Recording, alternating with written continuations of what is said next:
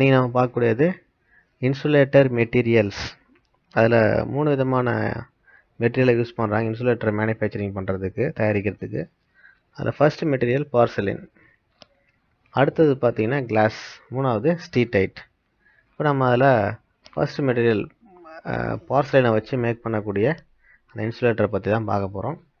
Porcelain அப்படின்னா என்ன பார்த்தீங்கன்னா, நம்ம நார்மலாக நம்ம எல்லாரும் பார்த்துருக்க கேள்விப்பட்டிருக்கக்கூடிய அந்த பீங்கான், சீனக்களிமண் அப்படின்னு சொல்லுவாங்க, அதை வச்சு உருவாக்குறது தான் இந்த பார்சலின் டைப் மெட்டீரியல். இப்போ இதை பண்ணுறது என்ன பண்ணுறாங்க அப்படின்னு பார்த்தீங்கன்னா, இந்த மேனுஃபேக்சரிங் பண்ணும்போது பார்சலினை லோ டெம்பரேச்சரில் தான் மேனுஃபேக்சரிங் பண்ணுவாங்க. ஏன் லோ டெம்பரேச்சரில் மேனுஃபேக்சரிங் பண்ணுறோம் அப்படின்னு பார்த்தீங்கன்னா, அந்த மெட்டீரியல் போரஸாக இல்லாமல் இருக்கிறதுக்காக, அதாவது உள்ள நுண்துளைகள் இல்லாமல் இருக்கிறதுக்காக அதை குறைந்த வெப்பநிலையில் பண்ணும்போது அதில் நுண்துளைகள் உள்ளே இல்லாமல் பபிள்ஸ் ஃபார்ம் ஆகாமல் இருக்கும்.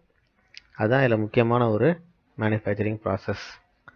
இப்போ இதில் பயன்படுத்தக்கூடிய பொருட்கள் என்னென்ன? அலுமினியம் சிலிக்கேட், அதாவது சைனா கிளே தான் அலுமினியம் சிலிக்கேட் அப்படின்னு சொல்லுவோம். அதாவது சீன களிமண்ணை தான் அலுமினியம் சிலிக்கேட்னு சொல்கிறோம். இப்போ இது கூட வெறும் அலுமினியம் சிலிக்கேட்டை மட்டும் பயன்படுத்த போகிறது கிடையாது. பிளாஸ்டிக் காலின், ஃபெல்ஸ்பார், குவார்ட்ஸ், இது எல்லாத்தையும் ஒன்றா சேர்த்து ஒரு கில்ன் அப்படிங்கிற ஒரு உலை இருக்குது. KILN அப்படின்னு சொல்லுவாங்க. கில்ன் உலையில் தேவையான வெப்பநிலையில், அதாவது ஒரு குறைந்த வெப்பநிலையில் இது எல்லாத்தையும் சேர்த்து என்ன பண்ணுவோம் அப்படின்னு பார்த்தீங்கன்னா, ஒரு மிக்ஸ் பண்ணி அந்த உலையில் வச்சு சுடுவோம். அப்படி சுடும்போது தான் நமக்கு என்ன கிடைக்குது? தேவையான வெப்பநிலை. ஏன் சொல்கிறோம்? அந்த உள்ள போரஸ் இல்லாமல் ஃப்ரீ ஃப்ரம் porosity அப்படியே இருக்கிறதுக்காக தான் அதை தகுந்த வெப்பநிலையில் வச்சு நம்ம மேனுஃபேக்சரிங் பண்ணுறோம். இப்போது இந்த மாதிரி இருக்கிறதுனால அது என்ன பண்ண போகிறோம் அப்படின்னு பார்த்தீங்கன்னா, தகுந்த வெப்பநிலையில் பண்ணும்போது அந்த இன்சுலேட்டரோட மெக்கானிக்கல் ஸ்ட்ரென்த் அதிகமாகவும், அதே சமயம் மேல் பரப்பு வழவழப்பாக இருக்கிறதுக்காகவும், அது இல்லாமல் அது நுண்துளைகள் உள்ள போரஸ் இல்லாமல் இருக்கிறதுக்காகவும் தான் இந்த மாதிரியான ஒரு ப்ராசஸை பண்ணுறோம். அதாவது டெம்பரேச்சரை குறைச்சி ஒரு தகுந்த வெப்பநிலையில் பண்ணும்போது அதில் போரஸ் இருக்காது, மெக்கானிக்கல் ஸ்ட்ரென்த் அதிகமாக இருக்கும், அது மேலே வழவழப்பு தன்மை இருக்கும். இப்போ இன்சுலேட்டரில் ஒரு வேளை நம்ம இதை மாதிரி நம்ம தேவையான வெப்பநிலையில் பண்ணாமல் விட்டுட்டோம் அப்படின்னா என்ன நடக்கும்? இன்சுலேட்டரில் நுண்துளைகள் ஏற்படுறதுக்கான வாய்ப்பு இருக்குது, தூசுக்கள் போகிறதுக்கு வாய்ப்பு இருக்குது, காற்று போகிறதுக்கு வாய்ப்பு இருக்குது, வாட்டர் உள்ளே போகிறதுக்கான வாய்ப்பு இருக்குது.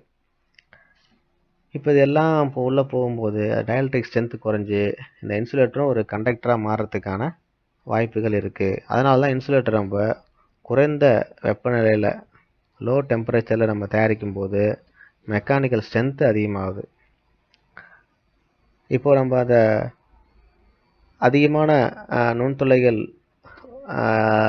ஆகிறதுக்கான வாய்ப்பு எப்போன்னு பார்த்தீங்கன்னா, இதை குறைந்த வெப்பநிலையில் தயாரிக்கும் போது அதை நுண்துளைகள் அதிகமாகிறதுக்கான வாய்ப்பு இருக்குது. இதே சமயம் இன்சுலேட்டர் அதிக வெப்பநிலையில் தயாரித்தா நுண்துளைகள் குறைவாக இருக்கும், மெக்கானிக்கல் ஸ்ட்ரென்த்து குறைஞ்சி போயிடும். நீங்கள் குறைஞ்ச வெப்பநிலையில் பண்ணாலும் ஒரு பிரச்சனை இருக்குது, அதிக வெப்பநிலையில் பண்ணாலும் ஒரு பிரச்சனை இருக்குது. அதே சமயம் தேவையான வெப்பநிலை, கம்மியான டெம்பரேச்சர் இல்லாமல் அதிகமான டெம்பரேச்சர் இல்லாமல் சரியான வெப்பநிலையில் நம்ம அதை தயாரிக்கும் போது நுண்துளைகளும் இல்லாமல் இருக்கும், அதே சமயம் அதில் மெக்கானிக்கல் ஸ்ட்ரென்த்தும் அதிகமாக இருக்கிற மாதிரி நம்ம மெயின்டைன் பண்ணுறோம். இப்போ அந்த நுண்துளைகள் இல்லாமல் மெக்கானிக்கல் ஸ்ட்ரென்த்து அதிகமாக இருக்க மாதிரி இருக்கக்கூடிய அந்த இன்சுலேட்டர் மேனுஃபேக்சரிங் பண்ணுறதுக்கு நமக்கு தேவையான டெம்பரேச்சர் லோவாகவும் இருக்கக்கூடாது, ஹையாகவும் இருக்கக்கூடாது. ஒரு மீடியம் டெம்பரேச்சரில் மேனுஃபேக்சரிங் பண்ணும்போது நமக்கு தேவையான அந்த மெக்கானிக்கல் ஸ்ட்ரென்த்து கிடைக்கும், போரஸும் இல்லாத ஒரு இன்சுலேட்டராக நமக்கு கிடைக்கும். இப்போ நீங்கள் பார்த்துட்ருக்கிறது தான் ஒரு சஸ்பென்ஷன் டைப், ஒரு டிரான்ஸ்மிஷன் லைனில் பயன்படுத்தக்கூடிய ஒரு இன்சுலேட்டர். இப்போ இந்த சஸ்பென்ஷன் டைப் இன்சுலேட்டர் எல்லாத்தையும் மேக்ஸிமம் பார்த்தீங்கன்னா பார்சலினால பண்ணியிருப்போம், ஒரு சில இடங்களில் கிளாஸாலேயும் பண்ணியிருப்பாங்க. இப்போ நல்லா மேனுஃபேக்சரிங் பண்ண ஒரு பார்சலின் இன்சுலேட்டரோட இப்போ டயலக்ட்ரிக் ஸ்ட்ரென்த் எவ்வளோ இருக்கும் அப்படின்னாக்கா 60 kV per சென்டிமீட்டர். ஒரு சென்டிமீட்டருக்கு 60 kV தாங்குகிற அளவுக்கு அதோட டயலக்ட்ரிக் ஸ்ட்ரென்த் இருக்கும். அடுத்தது பார்த்தீங்கன்னா compressive strength 70,000 kg per centimetre ஸ்கொயராக இருக்கும். அடுத்தது டென்சைல் ஸ்ட்ரென்த்து இழுத்து கட்டும்போது 500 kg per சென்டிமீட்டர் ஸ்கொயரை தாங்குகிற அளவுக்கு அதனுடைய ஸ்ட்ரென்த் இருக்கும். ஓகே வியூவர்ஸ், இப்போ நம்ம போர்சலைன் டைப் இன்சுலேட்டரை நம்ம பார்த்து முடிச்சிட்டோம். இதில் ஏதாவது டவுட் இருந்ததுன்னா கமெண்ட்டில் போஸ்ட் பண்ணுங்கள். புரிஞ்சிருந்ததுன்னா லைக் பண்ணுங்கள். உங்கள் நண்பர்களுக்கு ஷேர் பண்ணுங்கள். அடுத்த கிளாஸில் கிளாஸ் இன்சுலேட்டரை பற்றி பார்க்கலாம்.